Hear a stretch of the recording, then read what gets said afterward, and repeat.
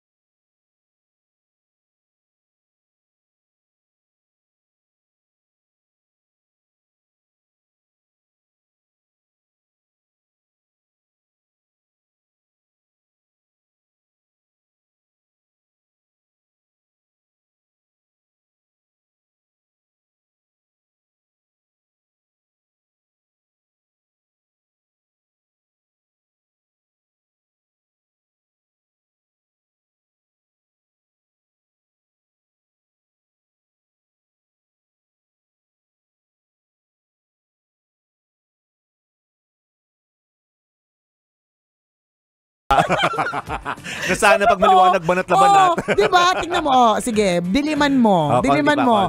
Diliman mo, boy. Dali. Tingnan mo, ang daming alon. Liwanagan mo na. Tanggal ang alon. Walang bahid alon ng mukha. Diba? Walang chismis nang nakalipas, diba? Ganyan na. Manatili tayo maliwanag. Yan. Liwanagan lang natin. Para makinis. Hindi gusto ko malaman, Boyet. Pwede ka ba magsalita ngayon?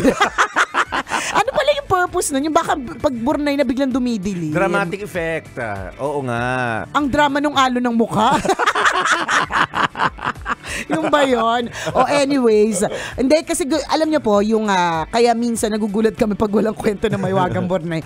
Kasi ang Burnay po ay binabasa namin sa saktong oras kung kailan po siya babasahin. So nagpaliwanag ba si Mahiwagang Burnay? Bakit walang dumating ngayon? 26 minutes ago pa siya active. Ayaw niyang ipaliwanag natin kasi yung pagbabasa po ng Mahiwagang Burnay, right on the spot. Yes. Kung anong oras niyo po napapakinggan yung, hey, tambala na, tas tutugtog yung piano namin, di ba? That's the time we are opening the email. So ngayon, kapag wala pong email, dun po kami nagugulat. Yeah. Diba? Gusto naming ma-surprise kami sa kwento para yung reaction namin ni partner ay raw. Hindi binabasa beforehand. Hindi praktisado kasi ever since kapag nagpa-practice kami, mas nagkakamali kami ni Chuper. So hindi po siya in advance na binabasa, ganyan. Para yung, again, yung reaction namin ni partner, raw. Tapos kung ano lang yung natural, ganon. So ngayon, nagugulat kami kapag wala palang email dun sa saktong oras. Natural, diba? Ganito lang. Ganito lang, kwentuhan na lang tayo, ganyan. Nangyayari po kasi talaga yun, di ba? Sabi nga natin kanina, sa unang parte ng tambalan, ano ba yung sinabi natin? Na talagang nangyayari yung aberya. Yung akala mo parang everything is going on perfectly and smoothly, 'di ba? Tapos biglang boom. Wale. May aberya. May aberyang may nangyayari. Correct, 'di ba? Totoo 'yan, ilang beses na po 'yan nangyari, promise. Alam mo yung sound system na paulit-ulit yung pre-practice, 'di ba? Ilang beses nag-sound check. Correct. Ang aga nag-ingress nung sound system para makapag-sound check. Tama. Pagdating nung mismong event, may hindi gumaganang mic. Sa hindi maintindihan kadahilanan, nangyayari po talaga yung mga ganyang klaseng aberya. Okay, pero may ibang mga boses na pumapasok, no? totoo. Yung boses ng floor director. Correct. Next. Nasaan yung kasunod? Totoo. Dinig ng buong audience.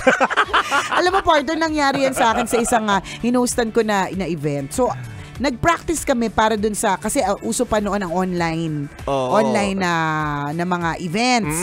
So, pre-practice namin yung Zoom sa tenga ko. 'Di ba sa earpiece ko, sa headset ko, yung suot ko, yung in-ear. Pre-practice talaga namin ng paulit-ulit. Nung mismong time of the show na, partner, ang dami, yan yung sinabi mo, partner, ang dami ko naririnig na boses. Parang ko sinasapian. Ang dami. Lahat pala ng may lapel na pumapasok din sa tenga natin. Siyempre ikaw bilang host, hindi naman sila yung kinakausap mo. Correct. Kinakausap mo yung audience. Tama. So nakakalito yun. Litong-lito talaga ako, promise. Ibang level yung kalituhan ko. yung instruction na akala mo sa'yo pero hindi pala. Hindi pala. Nakakaloka.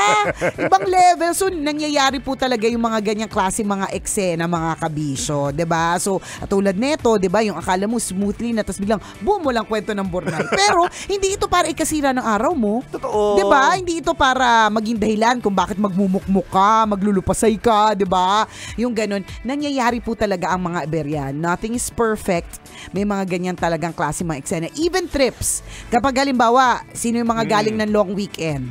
Hindi ba't may mga iba po sa inyo nagplano ng bonggang-bongga, pagdating dun sa event walang suka. Sa napakaraming yung dalang chicharon. 'Di ba nakalimutan yung suka? Alam mo 'yon? Okay, nagdala ng maraming suka, nakalimutan yung chicharon. Correct. O di naman kaya ito nangyari to isang beses, partner, nung tayo napunta sa Makati, tapos nanlibre ako ng dinner, tas KFC. So syempre lahat na iniintay yung KFC, dumating yung KFC, partner, walang gravy.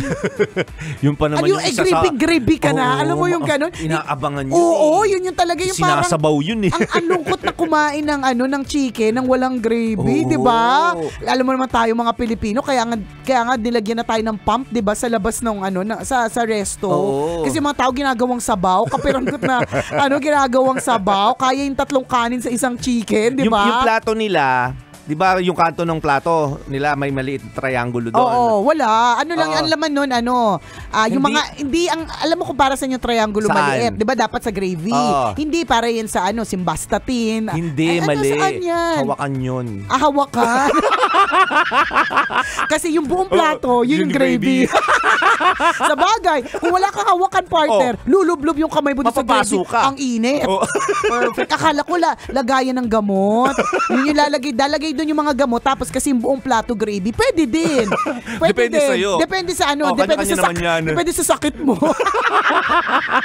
Kung kailangan mo muna na uminom ng gamot bago ka kumain, lagayan mo yan. Pero kung medyo matibay-tibay ka, Gen Z ka. Gen Z ka, Gen Alpha ka, 'di ba? Pwedeng hawakan. Yan pala. Alam niyo naman tambalan kung saan napupunta usapan. So true. Pero aminin mo, 'di ba? Kakain ka ba ng chicken ng walang gravy sa Pilipinas? Totoo. Kaya nga pag halimbawa nasa ibang bansa kami, partner, tapos kunyari pupuntahan namin yung mga fast food chains na meron dito, nag-expect kami ng gravy, ang dumadating sa amin ketchup na iba yung lasa. So parang yung experience hindi ganon. Agree. Diba? Halimbawa sa inasal, 'di ba? Kung ano mang inasal, pag kulang talaga ng isa. Sige na, sabihin mo na mang inasal. Wala pa naman tayong currently endorsement ng any fast food chain. Hindi kasi nag-renew yung huli. Baka naman magbabagong taon na. Correct. Baka maisipan nyo mag-renew ulit. Nang hindi ko ano binabanggit naming brands. Diba para exclusive yung usapan tungkol sa inyo? Correct. Yung chicken yun lang yung pag-uusapan, hindi yung gravy ng iba. O yung chicken oil diba, namang inasal. Pag napakain ka ng inasal, tapos alam mo, nagkulang, nangyayari yun eh. Minsan walang sili. Diba, kulang yung sarap ng inasal kapag walang sili. Tama. Minsan walang sabaw. Correct. Totoo na ako, na-experience ko yun. Walang, May sabaw ba doon? yung sinigang na sabaw. Sa Mang Inasal? Oo, meron. Libreng sabaw. Unlimited. Meron. Chicken oil kasi hinahanap ko doon eh. Yung ginagawa mo sabaw. Oo, yung ginagawa ko sabaw. Paglabas kong oily ko na. Ba't kaya? Kaya pala maraming madalas maubos yung chicken oil nila dahil sa kagaya mo. Correct. Kaya pala pag dumadating na ako, tinatago nila yung chicken oil. Ayan yung oily. Diba pag nagkulang ng isa sa mga inihahain nila, correct. kasi yung expectation mo, pero kapag kumain ka sa ganong klase ng inasalan, kompleto may inihahain na sabaw na unlimited, kasama yung sili at saka kalamansi. Yun yung nagpapasarap eh. Kapag nawala ang isa doon, kulang yung experience. Correct. Ano pa ba yung mga ganyang klaseng restaurant na pag kaya ka pumunta doon para kumain ng ganon, tapos pag wala hindi yun, masaya paglabas. Hindi na masaya. Kasi parang kulang ng isa. May mga ganyan. Totoo. Diba? Parang hindi kompleto kapag may sauce na nawawala. Kahit minsan nga yung sauce lang talaga yung nagdala ng lahat eh. Totoo yun. Parang ganon. O di kaya naman yung mga restaurant na talaga yung pinunta mo dun tapos wala siya. Correct. Diba? Ang favorite mo dun yung kunyari, pansit. Oo. Tapos hindi available yung pansit nila. Oo, diba? Malungkot pag-uwi. Tapos meron naman silang ibang i-offer. Pwede din naman. Kaya lang iba pa rin kasi yung inaasahan mo. Tama. Kaya ako pumunta dito, gusto ko nung binalibag na pansit. Correct, diba? Dumating ang inihain sa'yo kanton. Ayaw mo ayaw mo nun kasi gusto mo yung binalibag na pansit, diba? Oo, diba? May ganun pansit binalibag. Diba may mga ganun ba? Pansit bato lang alam ko, bato. Binalibag na pansit meron. Sa sobrang galit yung waiter yung binalibag. Na dapat maging mabait po tayo sa mga waiter. Uy, pero alam mo partner, ito ibang topic na naman to, pero waiter naman, di ba? Totoo talaga yun. Totoo talaga yun na maging mabait ka sa kanila kasi meron talaga akong mga kilala. May mga kilala talaga akong sa laula. Ganun, sinungitan mo ko didilaan ko yung burger mo. Totoo. Totoo. Meron ako kakilala partner. May artista pumupunta doon. Crush niya yung artista. Sabi sa'yo, bago niya binibigay yung beer, dinidilaan niya muna yung bote yung ng beer, yung bunganga ng beer. Sabi ko, bira to. Sabi ko, ayaw na kita maging friend. Manyakol ka. Nakakatakot baka paglalasing ko sa'yo gawin. Kaya nga. Diba? Yung baso pinapainom sa'yo, dinilaan niya na. Yan, diba? Worse, siningahan niya. Yan na nga diba? Parang mas maraming likido manamnam. Akala mo mustard, diba? Sinasa ba sila? Ewan ko. Hindi ko pang mayaman lang yung mustard eh. Hanggang ketchup lang kami, diba? Yung mga ganun. Pero totoo yun maging mabait kayo dun sa nagpe-prepare ng food po ninyo. Totoo yun. Pero generally, of course, be kind to everybody. Yun naman talaga yung general rule. 'Di ba? Libre po ang maging mabait. So ba't hindi mo pa gagawin, 'di ba? Gawin mo na yung libre na maging mabait. Ganyan. Pero more so lalong-lalo na daw dun sa mga nagpe-prepare ng pagkain. Totoo yun. Totoo yung mga dura-dura. Nako. Pwede kami mag-guess ng mga ng mga gumagawa nun, pero i-blur po namin yung mukha. Yung mga naiisip. Kung saan na pupunta. Wala kasing kwento ng Bornaean, kwentuhan na lang talaga. Hindi, nagmula naman to sa mga aberya. Diba? Doon talaga minsan may, gusto natin ma-experience yung sarap ng pagkain sa restaurant ngayon, pero hindi na meet yung expectation mo. Kasi either sold out yung o-orderin mo or kulang sila ng isa sa mga sangkap na dapat nilang ihain sa atin. So hindi maganda yung yung experience. But it's all part of the game. Yun yung sinasabi natin. And since it's part of the game, wag natin pong hahayaan na palagi nasisira yung araw natin. Correct. Nangyayari po talaga yan. At bahagi yun ng pang-araw-araw nating pamumuhay na laging may aberya. Laging may problema. Laging may panira sa madaling salita. Diba? Pero wag mong hahayaan na masira yung araw na yon, masira yung experience na yon, o masira yung occasion na yon dahil may isang aberya. Correct. Diba? Yun sinasabi natin. It happens all the time. Hindi naman sa pagiging nega na ine-expect mo na. Pero at least, mamamanage mo lang yung expectations mo. Totoo yun. Diba? Yun na lang din talaga ang gagawin mo. So, kumusta yung birthday celebration mo kahapon? Ayun na nga. Magpapakain ka ba today? Kasi yung mga taong nag-expect kahapon kasi nasanay sila na wag na kayong masanay. Manibago na kayo ngayon. Nagbagong buhay na si Nicole. Nagbago na po ako. This year wala pong pakain na wala ba? Hindi, last year kasi may kakanin buffet. Oo, kasi gantong oras pa lang nagtatambalan tayo. Actually, before tambalan, may setup na ng table sa labas. Wala, nagbago na ang lahat. Ang daming hindi nagbigay sa akin this year eh. nagbago na din sila. So ako this year, nagbago na din. Ano kayo lang ang pwede magbago? Ako rin, sabi nga ng asawa ko, wala kang cake? Oo nga. Sabi ko wala. Sabi din. sabi niya wala nagbigay yung mga usual na nagbigay. Sabi ko wala. Sabi niya okay. Sabi niya magpapakain ka ba sa station? Sabi ko hindi. Wala ka nabigay ng cake sa akin. Nagbago sila, nagbago na din ako. Pwede magbago, people change. Saret. Ang lungkot tuloy ng lounge. Oo nga, lungkot. Walang laman. Para malulungkot yung mga tao, nag-expect sila na may kainan dapat. Lahat Di ba, nga ng Kuya Boyet? lahat nga ng mga bumabati sa akin happy birthday. Sabi ko lang, thank you. This year, thank you lang.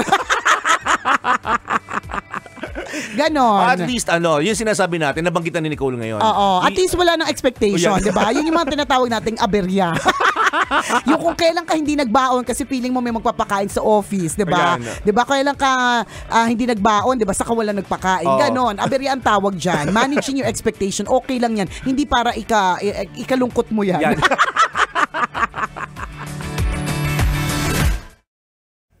This portion was brought to you by ACS. Ganon.